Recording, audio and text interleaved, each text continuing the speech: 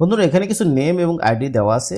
So এই পাশে কিন্তু নেম এবং আইডি এরকম নিচে নিচে দেওয়া আছে। তো আপনাকে যদি এখন এই জিনিসটা এখানে কপি পেস্ট করতে বলা হয়, তাহলে সেটা কিন্তু এরকম করে যদি কপি পেস্ট করেন, তাহলে সেটা অনেক টাইম কনজিউমিং একটা ব্যাপার। তো এক্সেলে কিন্তু আমরা এত টাইম কনজিউম করব না এই ছোট্ট একটা জিনিস নিয়ে। সো এই ছোট্ট জিনিসটাকে কিভাবে আমরা খুব তাড়াতাড়ি করতে পারি, চলুন সেটাই আজকে আমরা দেখাবো। তো সেজন্য আমরা এখানে ইকুয়াল দিয়ে একটা ফর্মুলা ইউজ করব, WRAP, র্যাপ আর ডাব্লিউ লিখলে র্যাপ রোজ চলে আসবে। র্যাপ রোজ ফর্মুলার মধ্যে আমরা প্রবেশ করব। দেন এবার চাইছে ভেক্টর।